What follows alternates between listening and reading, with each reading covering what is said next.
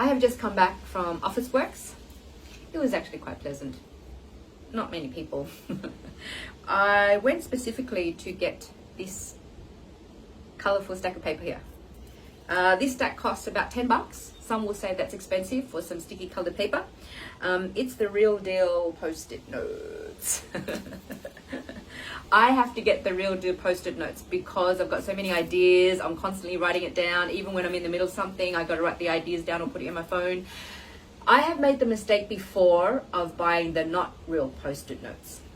I didn't pay attention. I just picked up some square paper, and I think it cost me about $2 or $3, and they didn't fucking stick.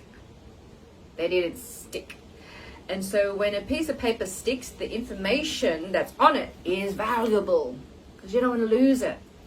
But when a piece of paper, regardless of the information, when it doesn't stick and just is flying away everywhere, it becomes a piece of rubbish, right? And so it's not only a waste of time and a waste of money for me, it's also the emotional cost because I get annoyed. Those who know me well will know that I get annoyed with stuff that doesn't work. It doesn't need to be expensive, it just needs to work. Whether it be your kitchen equipment, your bathroom equipment, your car, or clothing items. If it works, that's great. But if it doesn't work, not only is it a waste of time and money, it's also the emotional cost.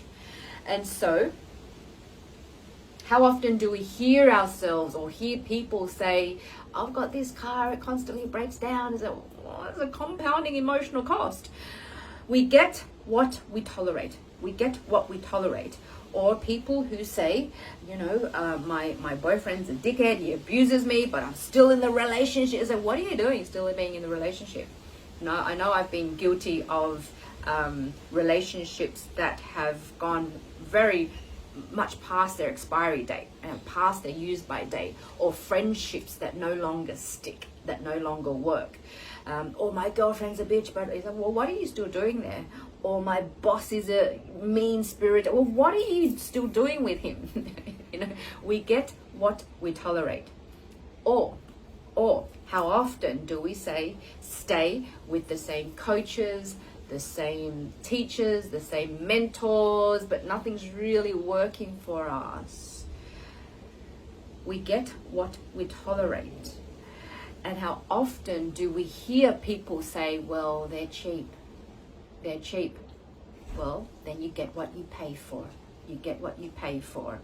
And I read this amazing book. It's a new release. It's by my friend Andrew Griffiths. He is an entrepreneurial futurist. He's written 13 bestsellers. It is called Someone Has to Be the Most Expensive. Why Not Make It You? I highly recommend you buy it. I'll provide the link in the bio or down below. And there's so many gems in this. Here's the catch though. Someone has to be the most expensive. Why not make it you? But if you're going to be the most expensive, you also have to be the best. And so how many people are afraid to up their prices? How many people are afraid to make themselves a little bit more expensive? I think a lot of the reason is because they know that they are not the best. And they don't have the balls to strive to acquire what it takes to be the best. This provides an awesome roadmap. If you want to be the most expensive and you're not afraid to do what it takes to be the best, then you could be like the Post-it note where people go looking for you and not worried about how much you cost. If these babies were $20, I would still buy it. So you get what you tolerate. You get what you pay for. Someone's got to be the most expensive. Why can't it be you? But if you're going to be the most expensive, you also have to be the best. Do you have the balls to do what it takes to acquire the skills, the knowledge, and the audacity to be the best?